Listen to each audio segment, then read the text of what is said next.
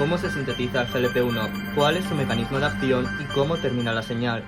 Hoy, en Bioquímicos sin Fronteras, todo eso y mucho más desde un contexto lo más espaciotemporal posible. El GLP-1 se sintetiza endógenamente por proteólisis de la prohormona proglucagón que se expresa en diferentes tejidos y será procesado por diferentes prohormona convertasas en función de ello. Mientras que la isoforma 2 actúa preferentemente en las células alfa pancreáticas, generando principalmente glucagón, las isoformas 1 y 3 actúan en el cerebro y células enteroendocrinas L para formar GLP-1. La proteólisis de la prohormona puede dar lugar a diferentes formas que varían en número de aminoácidos y que pueden aminarse modificando la señalización que van a producir. El GLP-1, que presenta una vida media de 2 a 11 minutos en sangre, es liberado ante factores postglucémicos después de la ingesta, como altos niveles de carbohidratos, proteínas, ácidos grasos o señales nerviosas generadas por la distensión gástrica.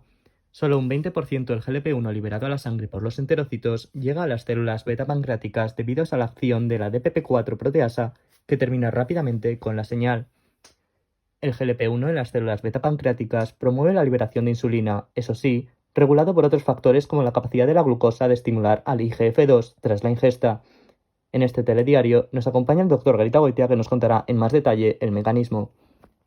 El GLP-1 interacciona con su receptor GLP-1R, que es un GPCR de la familia B, en las células beta pancreáticas, activando la proteína G-alfa-S por intercambio GDP-GTP y provocando la separación de la subunidad alfa-S.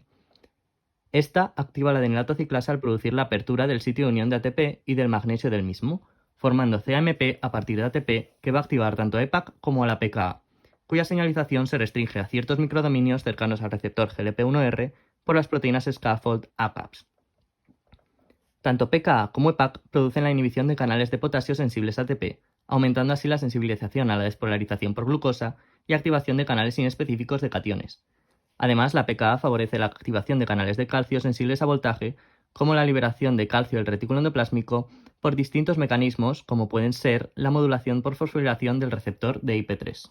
El calcio va a generar ondas tanto a nivel celular como a nivel de tejido. En la propia célula que ha recibido el estímulo, las variaciones ATP-ADP, así como las concentraciones de calcio en el retículo, van a funcionar como marcapasos de los bursts de despolarización y por tanto de la entrada y salida de calcio.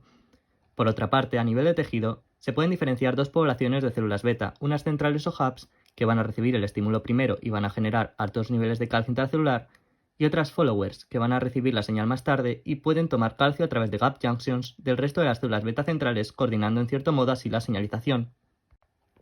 El calcio, finalmente, por interacción con distintas proteínas como la sinaptotagmina, va a favorecer la exocitosis de los gránulos de insulina y su liberación a la sangre. Además, la PKA puede activar de forma transitoria a CRB, promoviendo la supervivencia de la célula, para lo cual es necesario que PKA se transloque al núcleo, lo que se ha relacionado con activaciones sostenidas de CAMP. También puede fosforilar a ERK1 y 2, favoreciendo su translocación al núcleo y permitiendo con ello la fosforilación de factores como PDX1, que permite estimular la síntesis de insulina, entre otros. Esta primera señal termina ante la hidrólisis del GTP de G-alfa en colaboración con GAPS, acción de fosfatasas que defosforilen los productos de la cascada de señalización, degradación del CAMP por fosfodiesterasas y se revierte la despolarización de la célula y los canales vuelven a su estado basal.